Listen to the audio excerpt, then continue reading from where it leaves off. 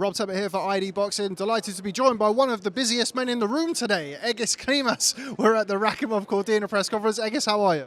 I am good. I feel like I'm promoted. You've been a man in demand here today. Of course, you have a vast stable of fighters, but let's talk about the man who is defending his IBF super featherweight title this weekend, Shavkat Rakhimov. Man just stood just behind you, just over there, in a good fight against the hometown man, Joe-Cordina. Yes. We knew before. It's not the news. Cordina is a good fighter. He has the speed, and he thinks. I think boxing IQ pretty high. So, and we prepared. We trained hard. Freddie had a lot of good sparring partners. So we came here, and we know it's not going to be easy. It's going to be, to keep the title into his position. Shavkat needs to fight. I'll ask you the same question as I just asked Freddie Roach. Obviously, without giving too much away, what does Joe-Cordina do well? What does he not do so well? And why do you feel like Rakhimov will be successful? Well, Freddie Roach can answer you better. I'm a manager. I'm not a trainer. I don't give advices in the ring. Fair enough. Shavkat's last performance against Zelfa Barrett is kind of what he's most known over here. But from your perspective, how much more does he still have to show in the ring?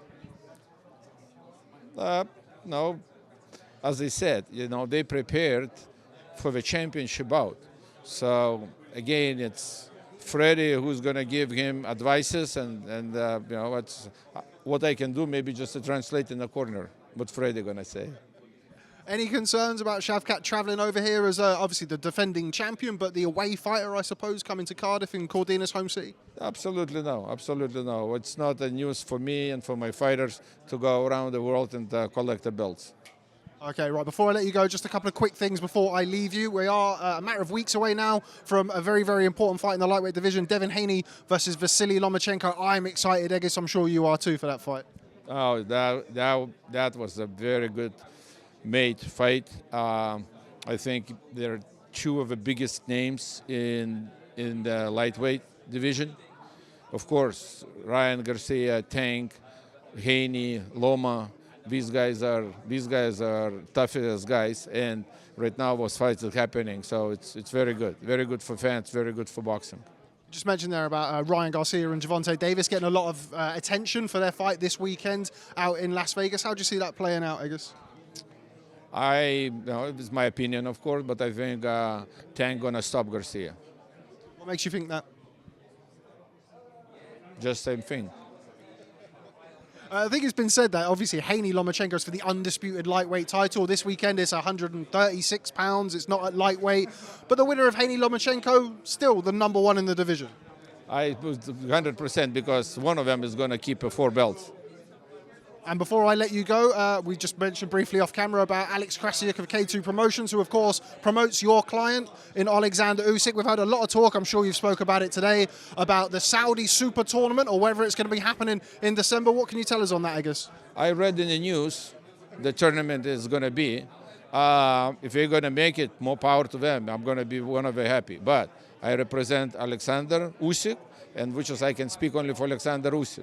I know it's a lot of networks involved, a lot of different broadcasters involved. If they can work it out, they can work it out. I can tell from my point of view, Oleksandr is free of any broadcast network promotion, so we're probably going to be the easiest one to work with. What's the update with Oleksandr Usyk and Daniel Dubois? We are still waiting for some sort of idea as to what happens with the WBA mandatory. What can you tell us? Yes, WBA mandatory for Daniel Dubois. We are negotiating, and hopefully we can make a deal. If not going to the purse bid, but if we're not going to make any progress in a couple of days of the negotiations, probably we're going to end up in the purse bid. Do you have any idea of the time scale for that fight potentially happening? End of July, beginning of August. And then just final question from me. We're awaiting apparently an announcement today from Tyson Fury or in the next couple of days with regards to his next move in the division. I know yourself, Garcia and Oleksandr Usyk really pushed for the undisputed fight. What do you make of kind of Fury's position at the minute? Who do you expect him to announce as a potential opponent? You should ask that question on a Fury's team, not mine. I'll do my best. Egis, thanks very much for speaking to ID Boxing. Best of luck this weekend. Thank you. Bye-bye.